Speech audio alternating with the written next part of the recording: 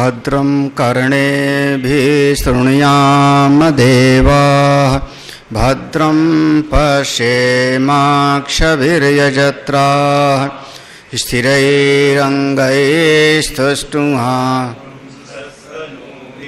व्यशेम देवहितं यदायो स्वस्ति न इन्द्रो वृद्धश्रवाः स्वस्ति न पूषा विश्ववेदाः स्वस्ति नस्तारक्षो अरिष्टनेमि स्वस्ति नो बृहस्पतिर्दधातु। ॐ शान्ति शान्ति शान्तिः। शङ्करं शङ्कराचार्यं केशवं बादरायणं सूत्रभाष्यकृतौ वन्दे भगवन्तो पुनः पुनः। ईश्वरो गुरुरात्मेति मूर्तिभेदविभागिने व्योमवद्व्याप्तदेहाय दक्षिणामूर्तये नमः। सदाशिवसमारम्भां शङ्कराचार्यमध्यमाम् अस्मदाचार्यपर्यन्तां वन्दे गुरुपरम्पराम्। श्रुतिस्मृतिपुराणानाम् आलयं करुणालयं नमामि भगवत्पादं शङ्करं लोकशङ्करम्। अथर्ववेदी मंत्र भाग का उपनिषद मुंडक उपनिषद। इस उपनिषद के प्रारंभ में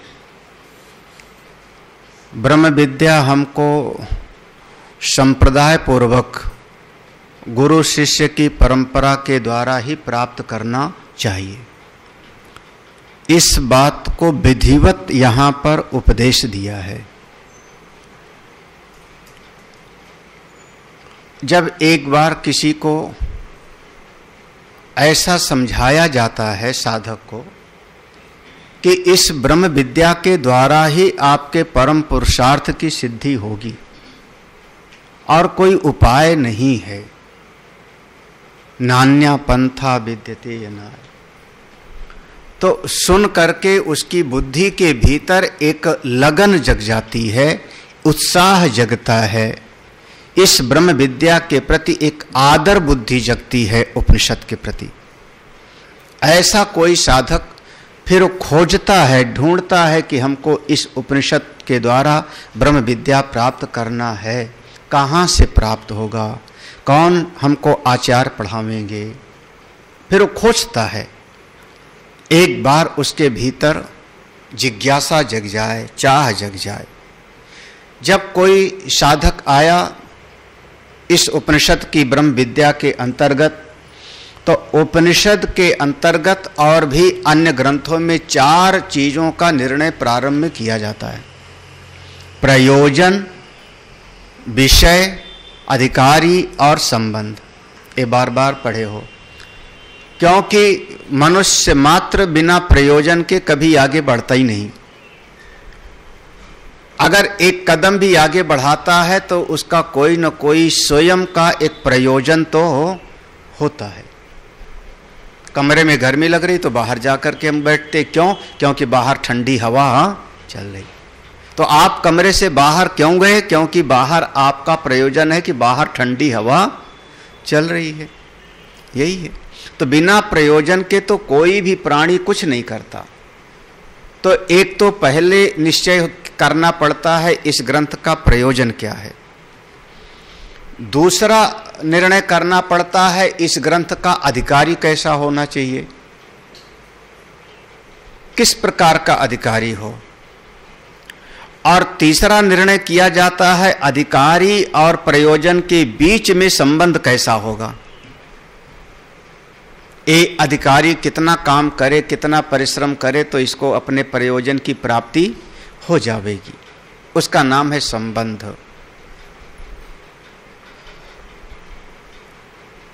एक तीन चीज, प्रयोजन, अधिकारी और संबंध, ये तीन चीज।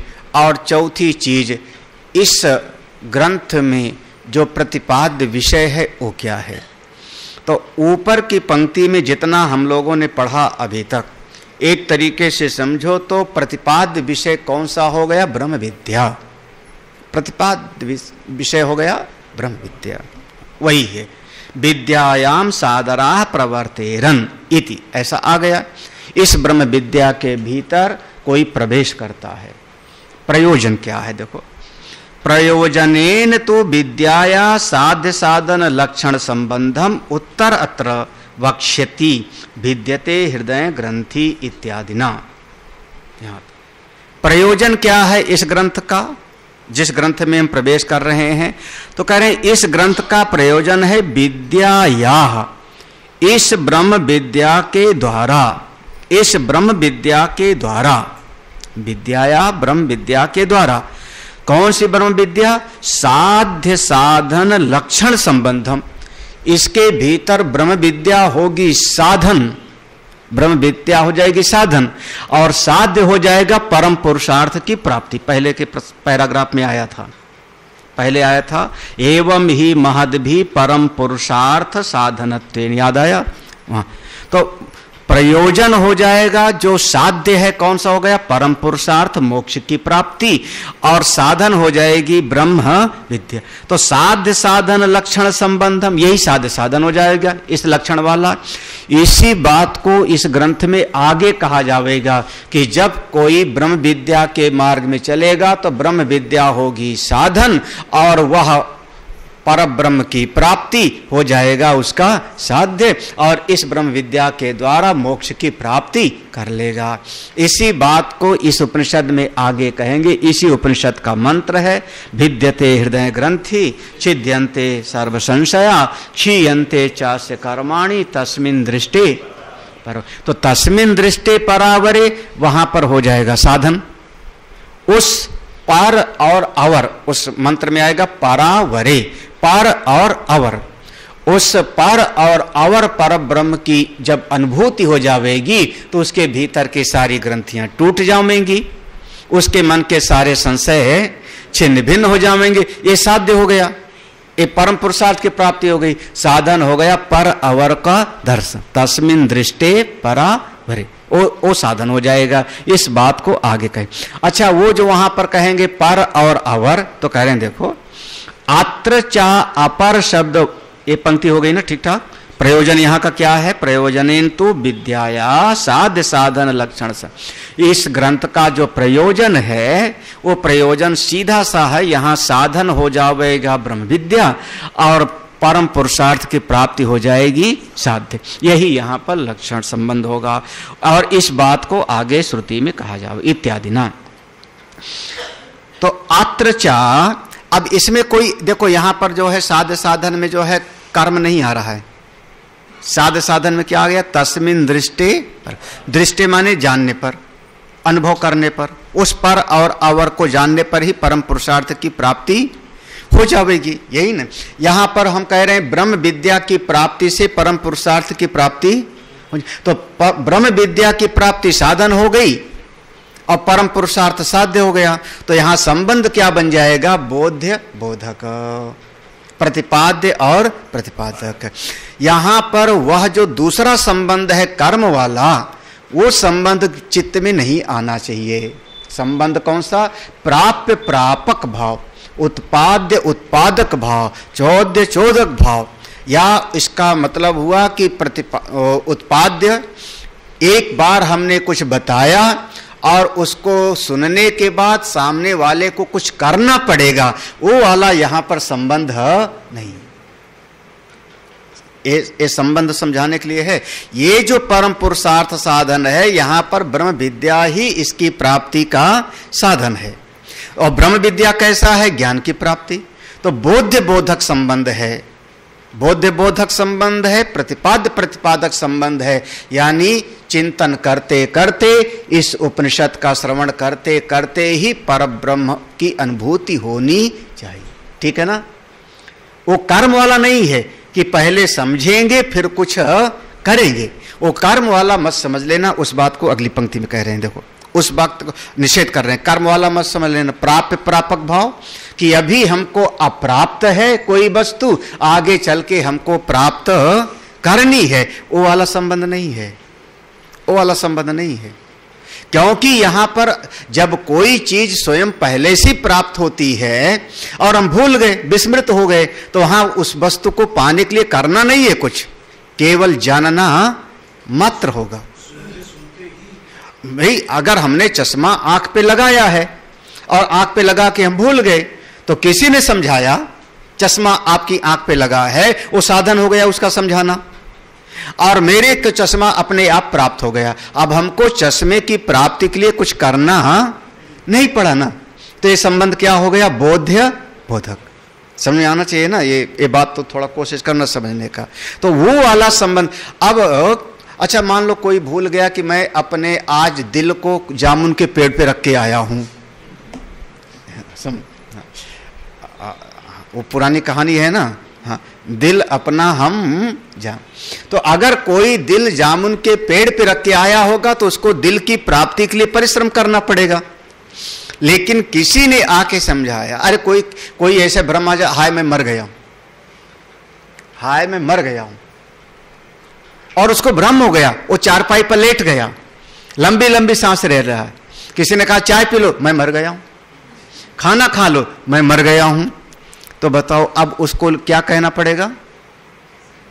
उसको जिंदा करने के लिए क्या कहना पड़ेगा? हाँ, आप 2 थप्पड़ मारो तब भी वो कहेगा कि मैं मर गया हूं। आप तो लाश को मार रहे हो। हाँ, आप तो लाश को मार रहे हो। तो वहां पर आपको उसकी बुद्धि को जगाना पड़ेगा। तुम मरे नहीं हो अपितु जिंदा हो। तो जैसे उसने शब्द प्रयोग किया, समझाया कि तुम मरे नहीं हो, जिंदा हो, तो उसका वो जो समझाना था वो गया साधन। और जो मेरा मैं जिंदा ही हूं, तो प्राप्ति क्या हुई? आपको क्या प्राप्ति हुई? वो भीतर का भ्रम मिट गया। हाँ, जो मरने का भ्रम था वो भ्रम मिट गया और वो आपको परम पुरुषार्थ, आपको ये होश हो गया कि हाँ मैं जीवित हूं। ठीक है ना? तो यहां वो वाला संबंध है। और ये वाला संबंध नहीं, अगर मैं चश्मा को कहीं कमरे में रख दिया और यहां पर चला आया, अरे अरे अब दिखाई नहीं पड़ा, क्या करूं? तो हमने कहा चश्मा लाओ, तो यहां संबंध कौन सा हो जाएगा? प्राप्य प्रापक। अब आपको उस चश्मे को कमरे से यहां तक लेके आना पड़ेगा, क्योंकि ये वस्तु यहां प्राप्त नहीं। ठीक है ना? तो उसी प्रकार से चूंकि ब्रह्म तत्व का उपदेश है, ब्रह्म तत्व का उपदेश है, तो ब्रह्म पहले से प्राप्त है, आत्मा प्राप्त है। तो यहां पर केवल ब्रह्म विद्या साधन है। उस साधन से ब्रह्म तत्व की अनुभूति हो जाती है साधक की। यहां पर और कुछ करना शेष नहीं रहे। जहां करने की बात आती है वो उस पंक्ति को देखो, आत्र चा, इसी उपनिषद में हाँ, पहले पंक्ति पढ़ लेता। अत्र चा अपर शब्द वाच्यायाम ऋग्वेदादि लक्षणायाम विधि प्रतिषेध मात्र परायाम विद्यायाम संसार कारण अविद्यादि दोष निवर्तकत्वम न अस्तीति स्वयमेव उक्त्वा पर अपर विद्या भेद करण पूर्वकम अविद्यायाम अंतरे वर्तमाना इत्यादिना। थोड़ा सा लंबी पंक्ति है, लंबी। अत्र, यहां पर समझो इस बात को यहां पर समझो। चा अपर शब्द वाच्याम, इसी उपनिषद में आगे अपर शब्द आएगा, या उसमें आया था ना, अभी हमने पढ़ा था एक मंत्र, भिद्यते हृदय ग्रंथि छिद्यन्ते सर्व संशय अक्षीयन्ते चाष्कर्म तस्मिन् दृष्टे पारावरे। तो पर और हो गया दूसरा अवर, तो यहां पर आएगा द्वै बीते बेतितव्य परा चैवा अपर। तो यहां पर जो अपर शब्द आएगा आगे, वो अपर शब्द किसको कह रहा है? अपर शब्द किसको कहेगा? तो वहां अपर शब्द कहेगा कौन? ऋग्वेदादि लक्षणायाम, वेदों में बहुत सारा मंत्र हैं। कौन सा? कर्म कांड वाले, पूर्व मीमांसा के, कर्म कांड के, या आप कहते हो ना 80,000 मंत्र किसके हैं?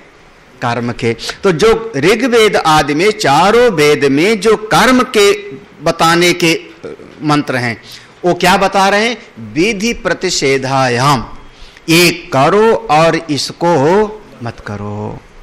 विधिषेध मात्र परायाम, वो विधि प्रतिषेध का ज्ञान दे रहे हैं। विधि माने ऐसा करना चाहिए और ऐसा नहीं करना चाहिए। हाँ, संध्या बंदन करनी चाहिए।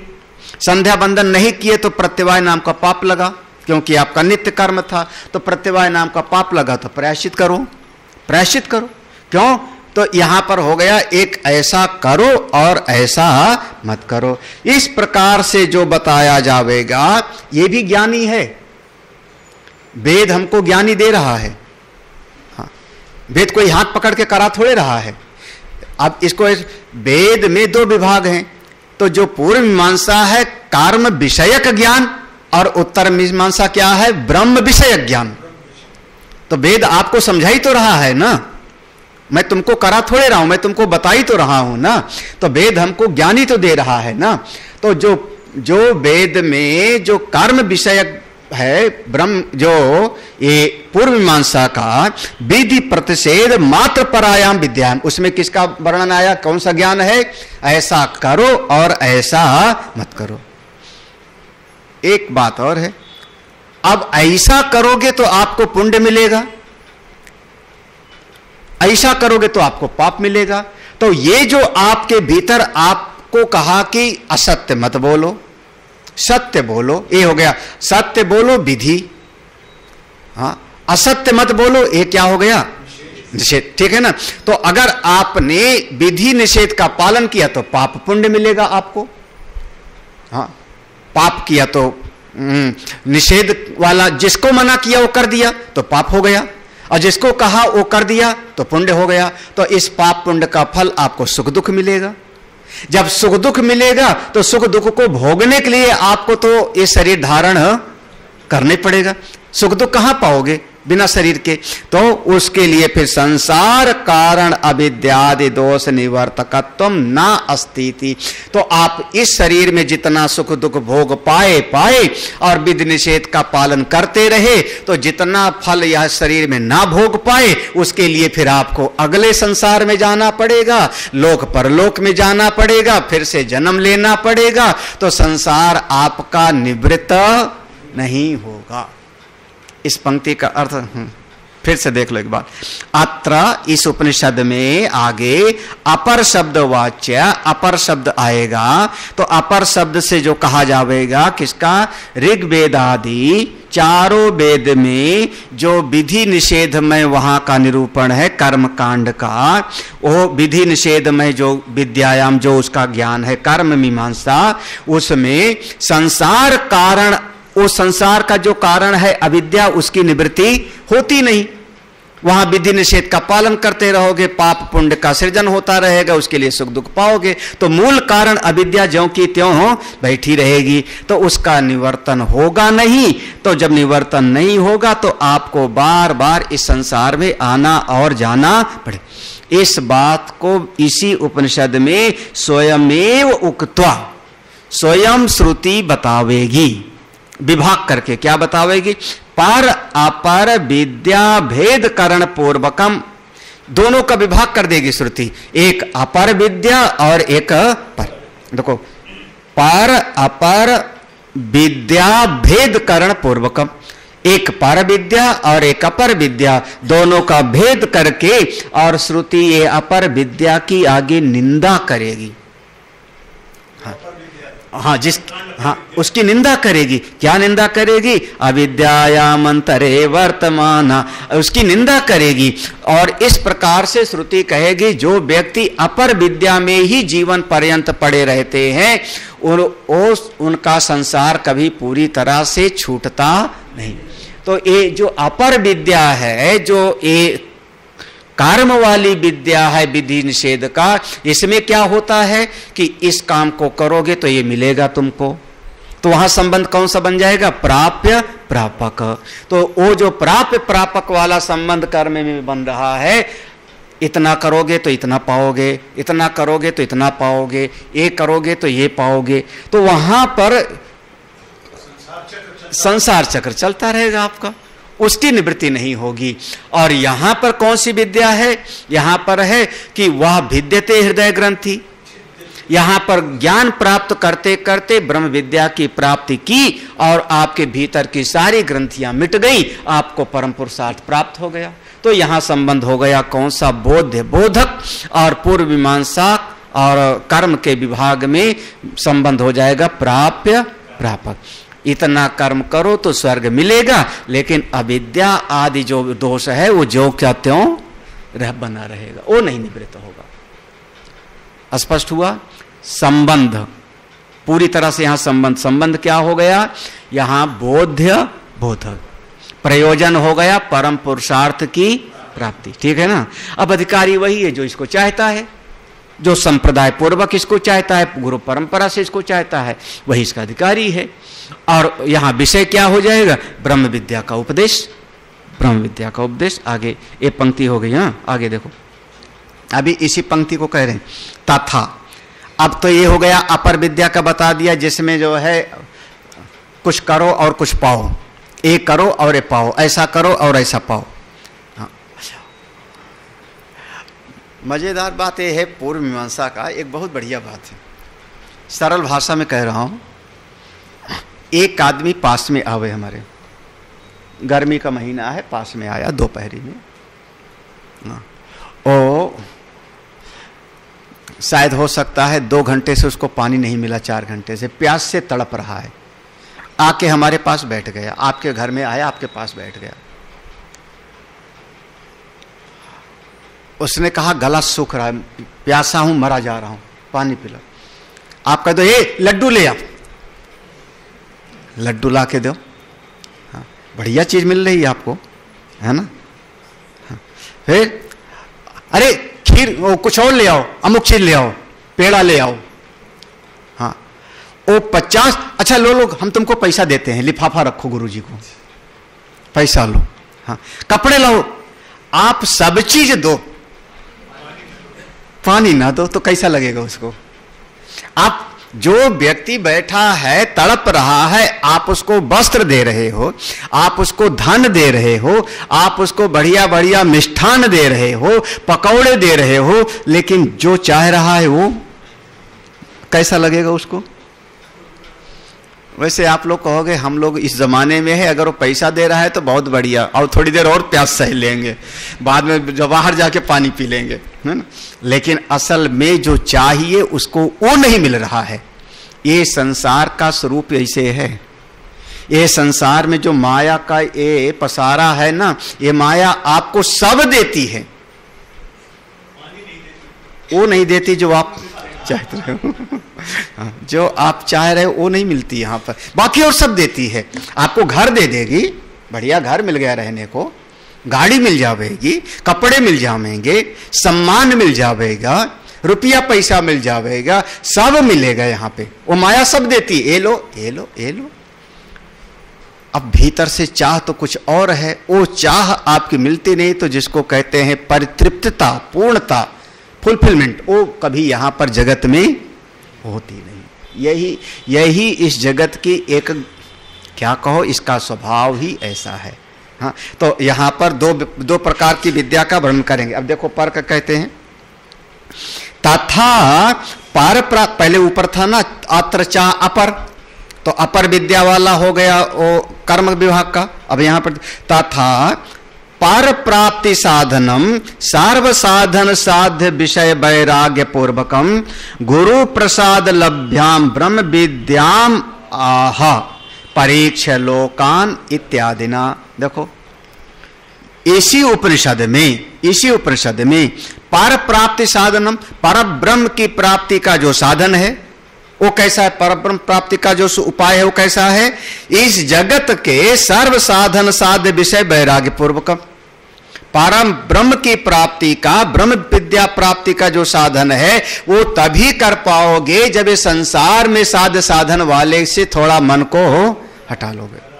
हाँ, अब सीधी सी दो लाइन में बात है, संसार चाहिए तो परमात्मा को छोड़ो, परमात्मा चाहिए तो संसार को छोड़ो।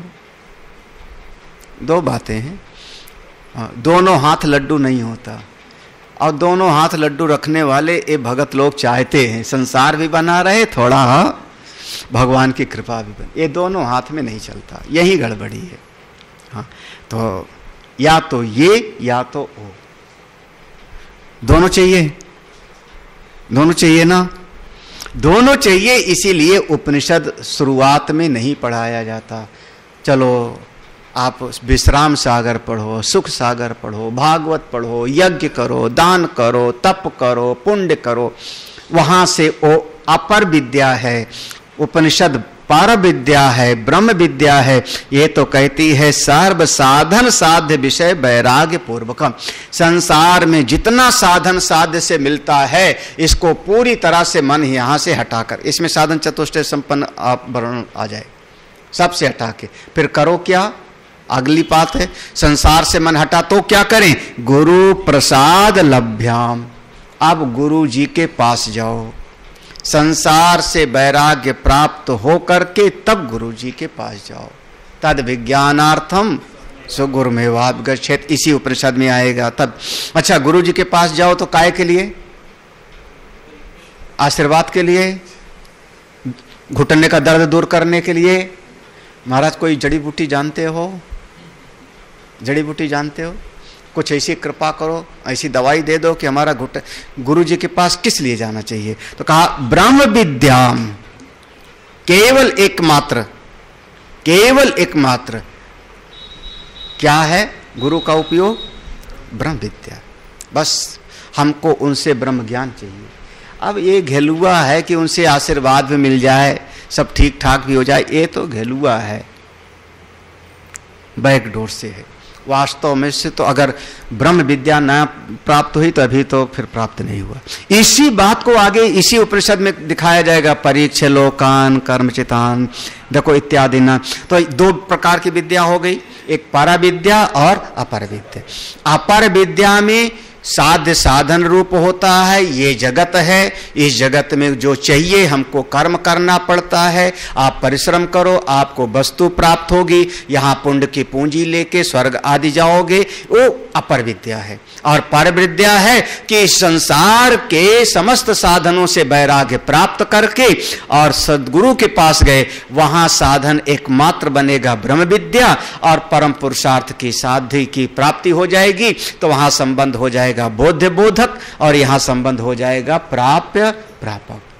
तो अब यहां उपनिषद का प्रयोजन परम पुरुषार्थ, यहां एक कर्म कांड वाला यहां पर संबंध नहीं है।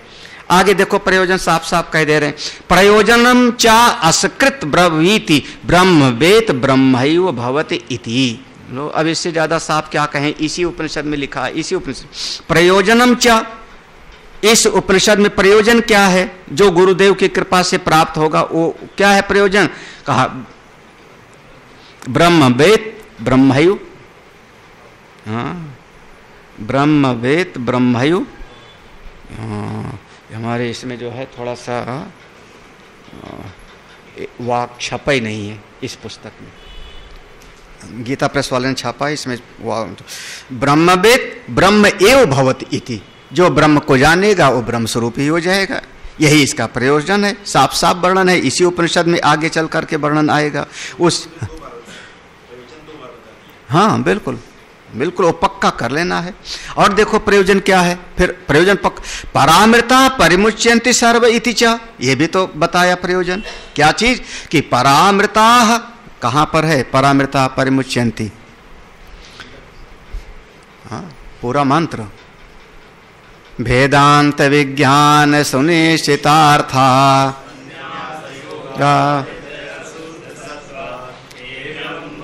के परिमुच्यन्ति सर्वे। देखो परामृता, वह जो परम अमृत स्वरूप है इस संसार से छूट करके उस परम अमृत स्वरूप को प्राप्त कर लेता है। तो ये साफ साफ प्रयोजन है कि पर ब्रह्म की प्राप्ति, संसार के सारे ग्रंथियों से छुटकारा, समस्त दुखों से छुटकारा और पर ब्रह्म की प्राप्ति, बस इतना ही समझाना है। यही है। दो प्रकार की विद्या आगे बताई जाएगी, पर और अपर। अपर विद्या संसार देती है, पर विद्या परमात्मा को बताती है। अपर विद्या आपको स्वर्ग नरक तक ले जाती है, पर विद्या आपको मुक्त कर देती है। दो बातें हैं, पर विद्या चाहिए तो उपनिषद है और अपर विद्या चाहिए तो यज्ञ यागादि अनेकानेक बड़े बड़े ग्रंथ हैं, वेद में ही बताए गए। ये दोनों प्रकार की विद्या है। आगे बढ़ें तो अब तो मेरे मन में आया, मुझको तो पर ब्रह्म चाहिए। अब देखो ये भीतर प्ररोचन हुआ, भीतर मन के भीतर लगन, नहीं मुझको तो ब्रह्म ज्ञान चाहिए, यही ज्ञान चाहिए। चाहिए नहीं, अगली पंक्ति देखो ज्ञान मात्रे यद्यपि सर्व आश्रमीणाम अधिकारः तथापि संन्यास निष्ठा एव ब्रह्म विद्या मोक्ष साधनम न कर्म सहिता इति भैक्षचर्याम चरन्तः संन्यास योगात इति चा ब्रुवन् दर्शयति। लो, ज्ञान मात्रे यद्यपि सर्व आश्रमीणाम अधिकारा, ज्ञान में तो लगभग सभी आश्रम वालों का अधिकार है। ब्रह्मचर्य आश्रम वाला भी, गृहस्थ आश्रम वाला भी, वानप्रस्थी वाला भी, सन्यासी, ज्ञान में तो सभी का अधिकार है, हम मना नहीं करते। लेकिन लगा लो, हाँ, ज्ञान मात्रे यद्यपि सर्व आश्रम अधिकारा तथापि, फिर भी समझ लो, संन्यास निष्ठा एवं ब्रह्म विद्या मोक्ष साधनम, बिना संन्यास में निष्ठा प्राप्त किए, सन्यासी हुए बगैर ब्रह्म विद्या में उसका प्रवेश नहीं होगा। ज्ञान मात्र में अधिकार है, मना नहीं करें, गृहस्थी को भी अधिकार है। लेकिन गृहस्थी आदमी क्या सोचता है कि हम कर्म भी करते रहेंगे और ज्ञान भी प्राप्त कर लेंगे, यही सोच रहा है ना। तो कह रहे नहीं, अगर गृहस्थ है तो हम मना नहीं करते, लेकिन गृहस्थ है तो संसार से थोड़ा अलग हट जाओ। जैसे कबीर साहब की गृहस्थी असफल थी, तुकाराम एकनाथ की गृहस्थी, भाई तुकाराम के घर पे भोजन की भी सामग्री नहीं है। हाँ, एक नाथ के घर पे एक किसी को अतिथि को खिलाने तक का नहीं है। हाँ, कबीर के यहां पर खाने पीने तक का सामान नहीं, भले गृहस्थ हैं, लेकिन अब वो संसार में, अब वो एक दिन भर में कपड़ा बुनते हैं और ले जाके कोई गरीब मिला उसी को दे दिया, घर में खाने को अपने है ही नहीं, भले दो बच्चे हैं कमाल और कमाली। ऐसा कर पाओगे आप लोग? क्या हुआ, गड़बड़ लग रहा है ना। तो ये आप लोग क्या कहते हो, हमारा गृहस्थी भी बढ़िया चलती रहे, हम कर्म भी बढ़िया करते रहे और ज्ञान भी प्राप्त कर लेंगे, इसका कह रहे हैं ना। हम ये मना नहीं कर रहे हैं कि गृहस्थ अगर कोई है पत्नी के साथ है तो उसको ज्ञान नहीं होगा, गृहस्थ है तो ज्ञान होगा, लेकिन फिर अगर उसका चित्त गृहस्थ के कर्म में ही लगा रहेगा तो ये ज्ञान की प्राप्ति नहीं। अब भाई एक आदमी है गृहस्थ में, उसके 50 रिश्तेदार हैं और 50 रिश्तेदार में किसी के यहाँ जन्मदिन हो रहा है, किसी के यहाँ मुंडन हो रहा है, किसी के यहाँ कोई मर रहा है, रोज वो स्कूटर लिए घूम रहा है, तो ब्रह्मचिंतन कब करेगा? कब करेगा वो?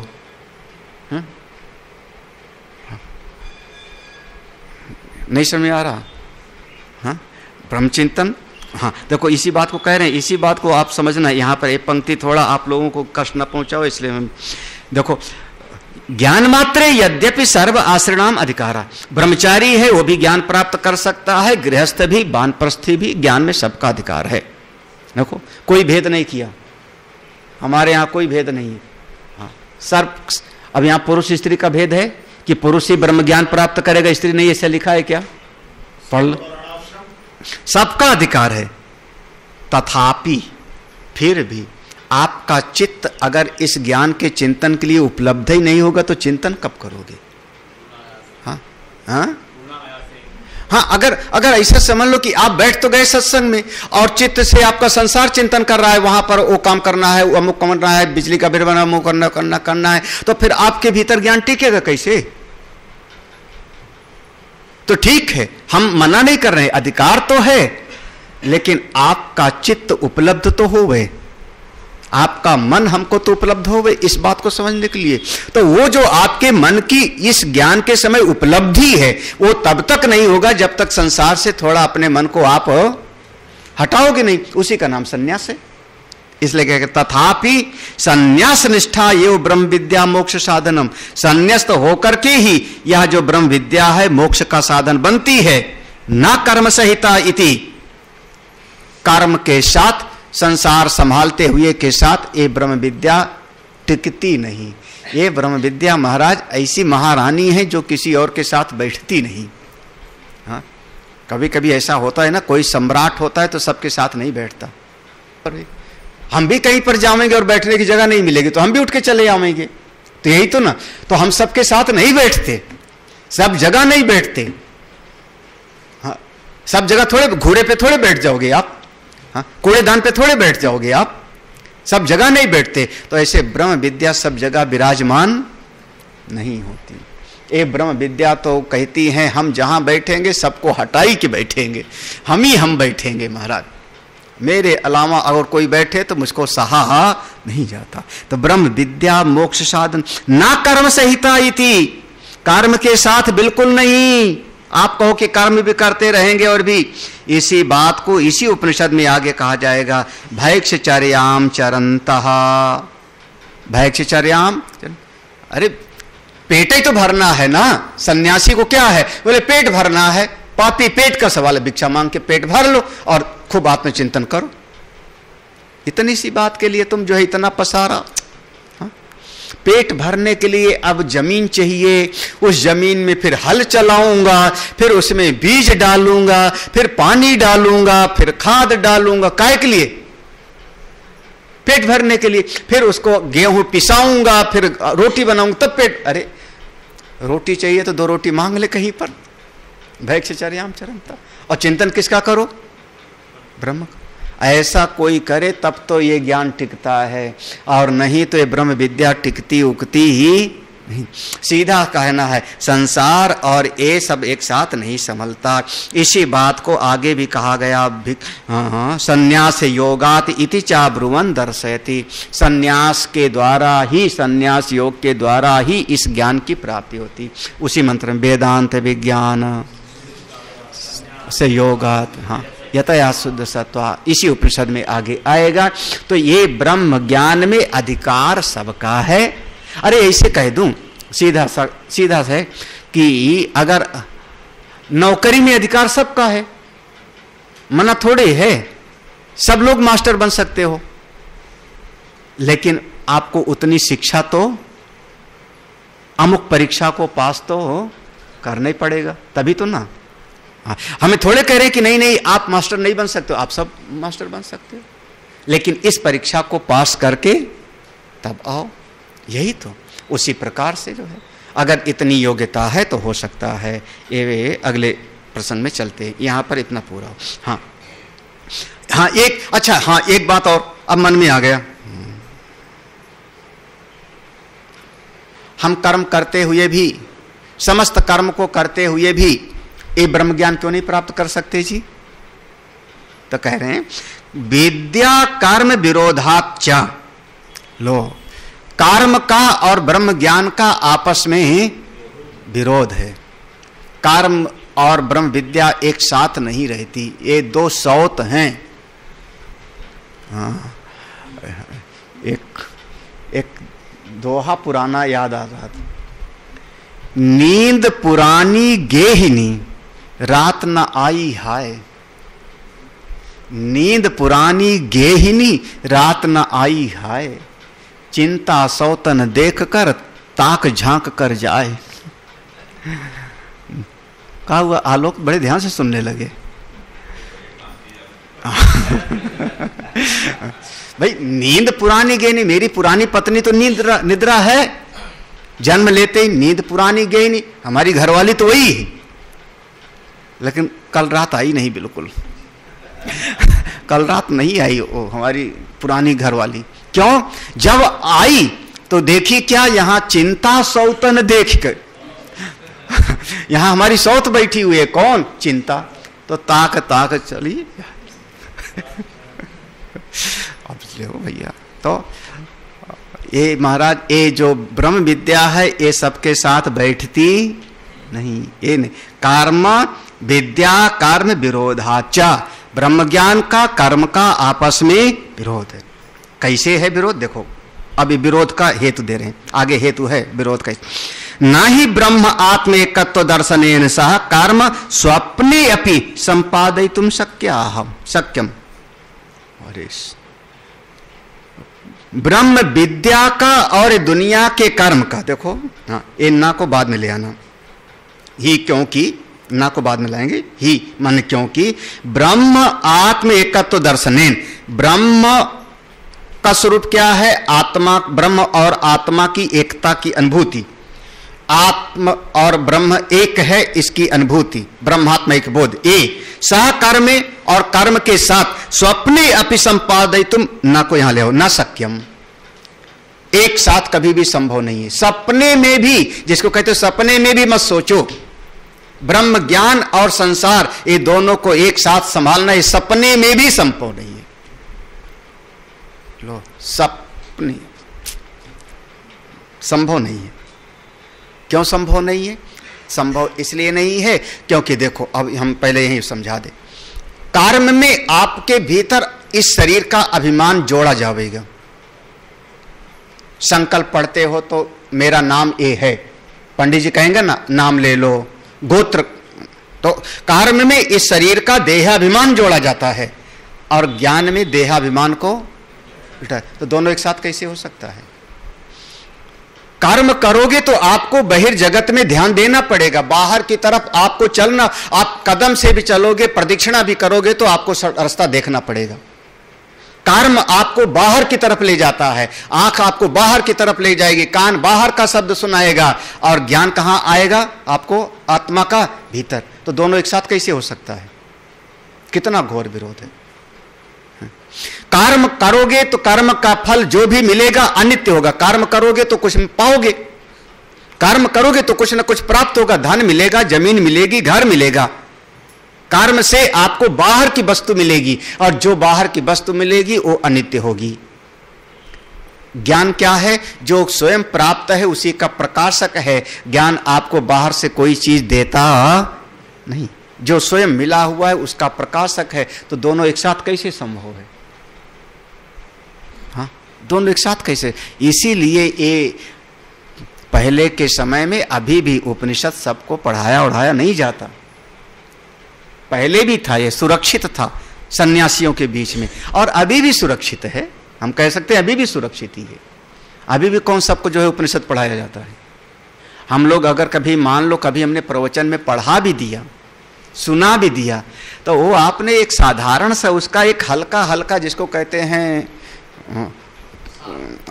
सार नहीं, गहराई में नहीं गए, वो समुद्र में ऊपर ऊपर तैर के चले आए। हाँ हाँ, अभी अभी बीके सिंह ने कहा कि आपने 3 बार के साधना शिविर में तैत्तिरीय उपनिषद पढ़ा दिया है। एक बार शिक्षा बल्ली, एक बार भृगुबल्ली, एक बार ब्रह्मानंद बल्ली, ऐसा पढ़ा दिया। हम खुद कह रहे हैं कि अभी हमने पढ़ा ही नहीं तैत्तिरीय उपनिषद। हाँ, केवल जो है उसका एक मंत्र और मंत्र का अर्थ हमने बता दिया, और उसको सुन के अगर आपके चित्त में एक भाव उठ जाए, हमने तैत्तिरीय उपनिषद पढ़ डाला, तो हम कहेंगे अभी ये बाल बुद्धि वाला है, अभी समझे ही नहीं शास्त्र को।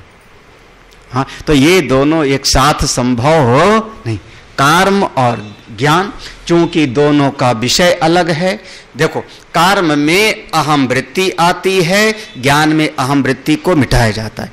कर्म आपको बहिर्जगत में ले जाएगा, ज्ञान अंतर जगत में ले आता है। कर्म आपको बाहर की वस्तु मिलाएगा, ज्ञान आपको जो प्राप्त है उसी का बोध कराएगा। इसलिए दोनों एक साथ संभव नहीं। हाँ, आप चलते भी रहो और ध्यान भी करो, कैसे हो जाएगा? दोनों एक साथ उसी बात को करें। ब्रह्म आत्म एकत्व दर्शनेन, ब्रह्म आत्मा की एकता की अनुभूति और सहकर्म, साथ में कर्म करता रहूं, ये दोनों स्वप्ने अपि, सपने में भी इसका न शक्यम। सपने में पता नहीं कहां से आप लोग कर्म समुच्चय करने वाले चले हो कि हम तो बस दुनिया संभालते संभालते आत्मज्ञान भी प्राप्त कर लेंगे, संसार को संभालते संभालते ब्रह्म ज्ञान भी प्राप्त कर लेंगे, मुक्त हो जाएंगे। हम भाई आप लोग समझ सकते हो, आप लोग महान हो। भगवान शंकराचार्य ने लिख दिया स्वप्ने अपि, सपने में भी नहीं, तो वो ब्रह्म ज्ञान की जानकारी हो जाएगी बुद्धि में, ब्रह्म विद्या की एक जानकारी बुद्धि में हो जाएगा, शब्दात्मक ज्ञान हो जाएगा। इसको कहते हैं फल पर्यायवसायी, उसका जो फल मिलना चाहिए उस ब्रह्मात्मिक बोध का जो आनंद, वो नहीं होगा। जानकारी पाना तो हमको तो बिल्कुल कुतुब मीनार की जानकारी है, कुतुब मीनार की जानकारी है, लेकिन आज तक हमने कुतुब मीनार नहीं देखा। भले दिल्ली में हफ्तों रहे होंगे, कुतुब मीनार हमने देखा नहीं, अनुभव नहीं है मुझको, लेकिन कुतुब मीनार के बारे में जानकारी हमको, अमेरिका के बारे में जानकारी हमको है, बिल्कुल जानकारी है, लेकिन क्या फायदा उसकी जानकारी का? क्या उसकी जानकारी का क्या फायदा? हाँ, तो ऐसे बुद्धि में जानकारी हो जाएगी उसका। योगी आदित्यनाथ के बारे में मुझको जानकारी है, कौन से परंपरा के हैं, कौन से मठ के हैं, कहाँ जन्म लिए, बाप कौन है, ये भी खूब चर्चा का विषय रहा है ना। किसी ने जो है जनहित याचिका दायर कर दी कि इनका असली नाम क्या है, उनके ऊपर अदालत ने जुर्माना ठोक दिया, समय बर्बाद किया, ऐसे किया ना। हाँ, और डालो PIL के तो हमको जानकारी है, लेकिन कौन सा हमको फायदा हो रहा है? उनकी सारी जानकारी का हमको फायदा क्या? तो ऐसे ब्रह्म ज्ञान फिर आपकी जानकारी में हो जाएगा, उसका जो लाभ मिलना चाहिए वो लाभ नहीं मिलेगा। अगली पंक्ति में देखो, इसलिए ये दोनों एक साथ संभव नहीं है। क्यों? क्योंकि ये सन्यासियों की विद्या है, ये संसार से थोड़ा हट करके। अब हम सबको सन्यासी नहीं बनाना चाह रहे हैं, घबराना मत आप लोग। आगे अगली पंक्ति देखो, अगली पंक्ति कठिन है, थोड़ा समझना पड़ेगा। अगली पंक्ति बहुत कठिन है। विद्याया काल विशेष अभावात अनियत निमित्तत्वात् काल संकोच अनुपपत्ति ही।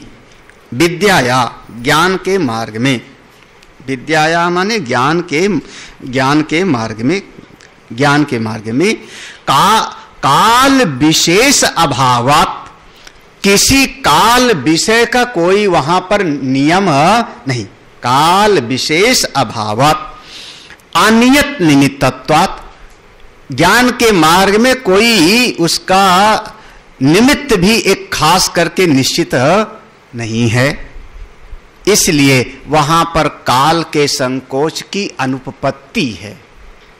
काल संकोच अनुपपत्ति, काल के संकोच की अनुपपत्ति है। गड्ढमड्ढ हुआ ना। जैसे देखो कर्म के मार्ग में हम क्या कहेंगे? जब बच्चा गर्भ में आया तो एक संस्कार करो, कौन सा? गर्भाधान संस्कार, यही ना। बच्चे का जन्म हो गया तो एक संस्कार करो, जात कर्म संस्कार, यही है ना। जात कर्म संस्कार करो। फिर बच्चा अगर थोड़ा बड़ा हो गया तो आप ले गए मुंडन संस्कार कराने। यहां पर क्या हुआ, एक समय निर्धारित हो रहा है कि नहीं, समय नियत हो रहा है ना। अच्छा, अब आप 40 साल के हो गए, जात कर्म संस्कार करो अपना, कराऊं किसी का। तो वहां पर देखो, कर्म के विषय में आपके एक काल का संकोच है ना, काल का निश्चय हो गया। एक समय पर आप इस कर्म को करोगे, अन्य समय पर उस कार्य को नहीं, तो वहां काल विशेष है। ठीक है, समझ आ रहा है ना। और ब्रह्म ज्ञान में बच्चा पढ़े कि जवान, हाँ, वृद्ध पढ़े, अच्छा बीमार हो जाए तो बिस्तर पे पड़े पड़े गीता पढ़े कि ना पढ़े, तो वहां काल की बात नहीं। देखो तो काल संकोच अनुपत्ति, कर्म के मार्ग में काल का संकोच होगा। क्यों काल का संकोच है? कि वहां हर एक कार्य का समय बिल्कुल निश्चित है। सवेरे के संध्या बंदन का मंत्र कुछ अलग होगा और शाम के संध्या बंदन का मंत्र फर्क है। कौन सा, कौन से मंत्र में फर्क है? सवेरे के संध्या बंदन में, शाम के संध्या बंदन में फर्क है कि नहीं? एक अगमर्षण करते ही नहीं होंगे। तो आप अगर देखो, शाम वाला जो मंत्र है वो पढ़ के सवेरे नहीं करोगे ना संध्या बंदन, सवेरे वाला मंत्र पढ़ करके शाम को संध्या बंदन नहीं करोगे, तो क्या हो गया? काल का वहां पर संकोच हो गया ना। इस समय पर एक काम करेंगे, अमुक काल में एक काम करेंगे। तो कर्म के मार्ग में तो अच्छा, जो बच्चा काम करेगा वो जवान करेगा क्या? हाँ, चलो 7 साल का बच्चा है, उसका विवाह कर दो, कह दो गृहस्थ धर्म का पालन करे। काल संकोच हो रहा है कि नहीं? काल संकोच हो रहा है ना। अच्छा चलो 80 साल के आदमी का पुनर्विवाह कर दो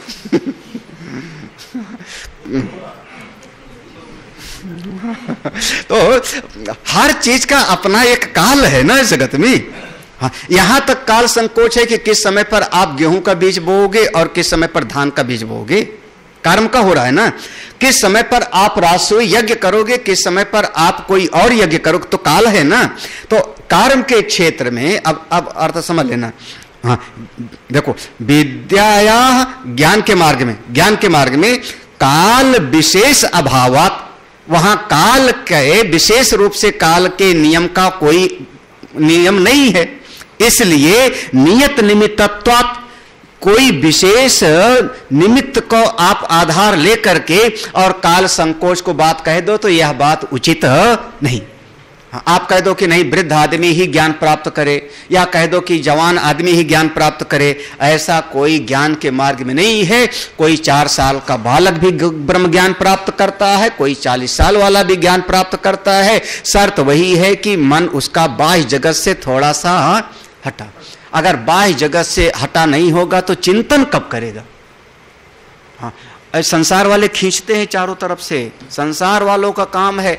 हम भी फंसे पड़े हैं, तू भी फंसा पड़। हाँ, इस चित्त को इस ब्रह्म ज्ञान में लगाना पड़ता है। आगे देखो एक बात हो, अब आप 1-2 दृष्टांत दे दोगे। कौन सा दृष्टांत? रट्टा पड़ा है, जनक महाराज भी गृहस्थी थे, है ना। रट्टा पड़ा, जनक महाराज भी गृहस्थी थे। लिखो, भगवान भास्कर ने ले आए, खींच करके ले आए। हाँ, अब अगर आगे से कभी बोला तो जनक महाराज भी तो गृहस्थी थे, तो कहते यत्तु गृहस्थेषु ब्रह्म विद्या संप्रदाय कर्तृत्वादि लिंगम ना तत् स्थित न्यायम बाधितुम उत्सहते। थोड़ा यत्तु, जो कोई भी प्रसंग आएगा बीच में, गृहस्थेषु ब्रह्म विद्या संप्रदाय करते, कि गृहस्थ ने भी ब्रह्म विद्या की परंपरा का पालन किया, गृहस्थ ने भी ब्रह्म विद्या का आदान प्रदान किया, गृहस्थ ने भी। हाँ, आप जनक महाराज, अगस्त ऋषि, इसी में आएगा कि अमुक ने अपने पुत्र को ज्ञान प्रदान किया, उद्दालक ऋषि ने श्वेतकेतु को ज्ञान प्रदान किया। ऐसे जो गृहस्थ आश्रम में ब्रह्म विद्या की संप्रदाय परंपरा का जो वहां पर लक्षण दिखाई पड़ रहा है, लिंगम जो वहां लक्षण दिखाई पड़ रहा है ना, वो लक्षण, ये इस निश्चय का, ये निश्चय कौन सा निश्चय? कि कर्म और ज्ञान दोनों एक साथ नहीं हो सकते, उसका निषेध नहीं कर सकता हूं। ये लक्षण कर्म ज्ञान एक साथ नहीं हो सकता, इस बात को ये लक्षण काट नहीं सकता। नहीं समझे आप? हाँ, मतलब ये कहने का है कि अगर उद्दालक ऋषि का बेटा श्वेत केतु है तो अब आप हमको ढूंढ के बताकर बताओ कि उद्दालक ऋषि ने अपने श्वेत केतु को कितना महल बना के दिया। हमने कहा था पहले कि गृहस्थ आश्रम भी अगर संन्यास्त वृत्ति से है तब ज्ञान प्राप्त होगा। हाँ, ठीक है ना? नहीं समझ आ रहा है? अगस्त ऋषि हैं, उन्होंने अपने बच्चे के लिए कितना धन इकट्ठा किया था, कितना आयोजन किया था कि मेरे बेटे के आगे का भविष्य का। बताओगे कोई? हाँ, कोई बता सकते हो? याज्ञवल्क्य ऋषि थे, 2 पत्नी थी, मैत्रेयी और का। बच्चे कितने थे? तो फिर तो वो जो गृहस्थ में जो ब्रह्म विद्या की परंपरा का वर्णन आता है, उनके भीतर भी त्याग की वृत्ति थी। भले वो पत्नी थी या एक झोपड़ी बना के रहते थे, किसी को ज्ञान प्रदान किया, लेकिन उनके भीतर चित्त उनका संन्यास्त वृत्ति से ही था। वो वाला नहीं था कि संसार भी हमको मिलता रहे और ब्रह्म विद्या भी हमको मिल जाए, ऐसी वृत्ति नहीं थी उनके भीतर। इसलिए वो जो सिद्धांत हमने बनाया, क्या सिद्धांत? कि ज्ञान और कर्म ये दोनों एक साथ नहीं हो सकता। वो आप अगर 1-2 ये जो दृष्टांत दोगे तो ये दृष्टांत से वो बात कटने वाली नहीं। हाँ, न्यायम न बाधितुम उत्सहिते, वो ये जो न्याय बना कि ज्ञान कर्म एक साथ नहीं हो सकता, उसका कभी भी निषेध नहीं हो सकता, उसका कभी भी बाध नहीं हो सकता। हाँ, एक अब देखो जनक महाराज के मुख का वो दृष्टांत है। मान लो आप लोग जनक का नाम तुरंत लोगे। वो जनक की कहानी याद है ना कि याज्ञवल्क्य के पास जाते थे ज्ञान पाने के लिए, और एक दिन उन्होंने आग लग गई। वो एक शिष्य आया, दूसरा शिष्य आया, वो वाला प्रसंग बहुत प्रसिद्ध है। तो उस समय जो जनक महाराज के मुख से निकलता था वचन, यस्य मे चास्ति सर्वत्र यस्य मे नास्ति किंचन मिथिलायां प्रदीप्तायां न मे किंचन दह्यति। याज्ञवल्क्य को वहां से उठे नहीं उस प्रवचन के बीच से। गुरुदेव सुनाए जा रहे थे, जनक महाराज बैठे सुन रहे थे। जब याज्ञवल्क्य ने कहा महल में आग लगी जाओ, तो कहते हैं जनक महाराज का उद्गार क्या था? वहां घर में आग लगी है, जल रहा है, और कहते क्या है? यस्य मे चास्ति सर्वत्र, हे गुरुदेव मैं वो तत्व हूं जिस तत्व में सारा जगत समाया हुआ है। उसमें अग्नि भी, जल भी, वायु भी, आकाश भी। मैं वो ब्रह्म तत्व हूं जिसमें सारा जगत समाया हुआ है। और एक दृष्टि से कह सकते हैं मैं वो तत्व हूं जिसमें कुछ भी नहीं है। विधि निषेध दोनों तरीके से, अन्य व्यतिरेक से। यस्य में चास्ति सर्वत्र, सब कुछ मुझ में है, और यस्य में नास्ति किंचन, मुझ में कुछ भी नहीं है। मिथिलायाम प्रदीप्तायाम, ये छोटे से नगर मिथिला में अगर आग लग गई तो ना में किंचन दह्यति, इस अग्नि से मुझको कोई फर्क पड़ने वाला नहीं, मेरा क्या जलने वाला है, मैं तो वो ब्रह्म स्वरूप हूं। ऐसी निष्ठा करके बैठो, फिर आप कहना कि कर्म और वो हो सकता है। जनक का दृष्टांत दो तो ऐसी निष्ठा करके बताना। घर में आग लगी हो और आप सत्संग में बैठ जाओ, अरे इतने आग लग जाने दो, शादी विवाह का मौका हो और आप सत्संग में आ जाओ छोड़ करके। 2 मेहमान आ जाओ तब तो आप छोड़ ही नहीं पाते हो। तो हाँ, तो इसलिए जनक का दृष्टांत मत देना, ये जनक का दे दिया गड़बड़ हो जाएगा। हाँ, याज्ञवल्क्य के शिष्य दौड़े गए, उनके जो है कपड़े पड़े थे, लंगोटी पकड़ी थी, किताब पड़े थे, उठाने के लिए जल जाएगा, तो शिष्य लोग दौड़े गए और जनक महाराज बैठे, मेरा क्या, ये जनक महाराज के उद्गार थे।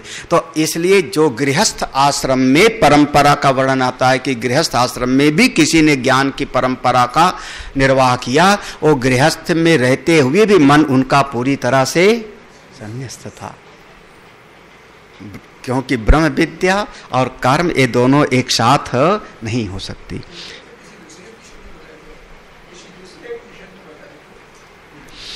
ना ही विदिशते नपि, अगली पंक्ति है देखना, ना ही विदिशते नपि तमः प्रकाशयो एकत्व संभवः शक्यते कर्तुम किमुत लिंगै केवलैरिति। हाँ, ना ही विदिशतई, कोई कहे नहीं वेद में वर्णन ऐसा है, ऐसे करना चाहिए, वेद में ऐसा वर्णन है कि ऐसा करना चाहिए। जब क्या वर्णन है, क्या वर्णन है, जब तक जियो तब तक अग्निहोत्र करते रहो, ऐसा वेद में कभी कभी वर्णन आया। क्या छूट गया क्या कुछ? हाँ, न ही विदिशते नपि, सैकड़ों प्रकार की विधियां हो जावे तब भी ये बात उसी बात को कहीं न कहीं ये आ जाए। जैसे वेद में लिखा कि जब तक जियो तब तक यज्ञ करते हुए जियो। अभी अभी हमने पढ़ा था प्रार्थना में ना, व्यशेम देव हितम यदाय, हम अच्छे कर्म करते हुए जीवन जी। वही वेद में एक दूसरी भी बात लिखी होगी कि हाँ, जिस दिन वैराग्य हो जाए उसी दिन वो घर छोड़ के निकल, ये भी लिखा है। तो इसलिए अगर कोई 100 नियम बतावे, विदिशतेनपि माने 100 नियम बतावे, कानून बतावे, उसके बाद अच्छा आप सिद्ध कर दो कि मैं मर गया हूं, ये कह रहे हैं। विदिशतेनपि, विदिशतेनपि तमः प्रकाश, 100 प्रकार के नियम तर्क के द्वारा अंधकार और प्रकाश की एकता को सिद्ध करके दिखाओ। तमः प्रकाशयो एकत्र सद्भाव शक्यते। हाँ, अंधकार और प्रकाश एक ही कमरे में है, आप 100 तर्क दे करके सिद्ध करके दिखाओ। मैं जिंदा भी हूं और मर भी गया हूं, दोनों सिद्ध करके बताओ। क्या हुआ? अब मत कहना जिंदा लाश हूं, वो कवियों की बात होती है। हम अपनी लाश को कंधे पर उठाए, पागल आदमी, अपना पांव रख के कंधे पर चल के दिखा। हाँ, वो सब कवियों की कल्पनाएं हैं। हाँ, अंधकार और प्रकाश एक साथ आप 100 कानून नियम बताओ तो भी सिद्ध नहीं कर सकते हो। ऐसे विदिशतेनपि, सैकड़ों विधियां बताने पर भी ब्रह्म ज्ञान और कर्म दोनों एक साथ, एक ही व्यक्ति एक साथ करे, ये बात संभव नहीं। क्रम समुच्चय है, पहले कर्म करे, कर्म से अंतःकरण शुद्ध हो जाए तब ज्ञान प्राप्त करे। सह समुच्चय नहीं है, एक साथ संभव नहीं है। हाँ, अच्छा फिर करे कर्तुम शक्यते किमुत लिंगई केवल। आपने तो केवल एक लक्षण बता दिया, जनक महाराज भी तो गृहस्थी थे। एक लक्षण बता दिया, जनक महाराज गृहस्थी थे तो हम भी ऐसे गृहस्थ में रह के कर लेंगे। अरे जनक महाराज थे तो भैया हंस की चाल बकुला चले, ओके टांग ही फाट जावे। हाँ, सबकी चाल अलग अलग होती है। हाँ, नहीं समझ आ रहा? हाँ, अच्छा मेरे साथ कोई चल के दिखाओगे? जो मेरे साथ यात्रा उतरा पे गए हैं, कोई चलेगा? क्या हुआ? अरे मेरे साथ चलने में घोड़े पे बैठ गए, ये मैं पैदल जा रहा था। हाँ, योगेंद्र भी, ये भी घोड़े पे बैठ गया ऐसे ऐसे। हमारा योगेंद्र, बीके सिंह और दर्जनों लोग जो है, कहाँ गया योगेंद्र? भाग गया क्या? हाँ, तो और भी कई लोग थे। हाँ, चल के दिखाओ। तो एक की चाल पर सब नहीं चल सकते, तो हद हो गई। तो इसलिए आसान नहीं है, जैसा एक करता है वैसा दूसरा नहीं कर सकते। अपनी औकात देखो, अपनी सामर्थ्य देखो। हर आदमी जनक ही मत बन जाना। हाँ, हर आदमी गृहस्थ में रहते हुए यहीं पर जनक बन जाता है। नहीं, मैं तो गृहस्थ में रहते हुए ब्रह्मज्ञानी बन जाऊंगा, ओ घर परिवार से मालते। ये दोनों एक साथ होने वाला नहीं है। एक लक्षण जो दिखाई पड़ रहा है, उस लक्षण से जो है वो बात सिद्धांत मत बना लो। एक लक्षण दिखाई पड़ रहा है ना, क्या कि उनकी भी पत्नी है, आपकी भी पत्नी है, एक लक्षण दिखाई पड़ गया, लेकिन उनके चित्त की वृत्ति जो है, वो उनकी मना स्थिति जो है, वो उससे तो बहुत अंतर है। अब अंतिम पैराग्राफ हम लोग कल पढ़ेंगे। 4 चीजें थी ना, प्रयोजन, संबंध, अधिकारी, विषय, है ना। तो प्रयोजन हो गया इसका परम पुरुषार्थ की प्राप्ति, मोक्ष की प्राप्ति। संबंध 2 प्रकार का होता है, प्राप्य प्रापक अपर विद्या का है, अपर विद्या का, उससे संसार पूरी तरह से छूटता नहीं। और बोध्य बोधक वह पर विद्या का है, जो संसार की निवर्तक है, संसार से छुड़ाने वाली है, उसका संबंध है बोध्य बोधक। लेकिन जब तक आप ये संसार से थोड़ा सा हट करके नहीं प्राप्त करेंगे, यह ब्रह्म विद्या नहीं टिकती। क्यों? क्योंकि कर्म और ब्रह्म ज्ञान का आपस में विरोध है, अंधकार और प्रकाश के जैसे। ब्रह्म विद्या की जानकारी नहीं, उसकी अनुभूति, उसका अनुभव, वो दोनों का विरोध है, एक साथ किसी भी लक्षण से घटित नहीं होता। ओम पूर्णमदः पूर्णमिदं पूर्णात् पूर्णमुदच्यते पूर्णस्य पूर्णमादाय पूर्णमेवावशिष्यते। ओम शांति शांति शांति। हरि ओम। श्री गुरुभ्यो नमः। हरि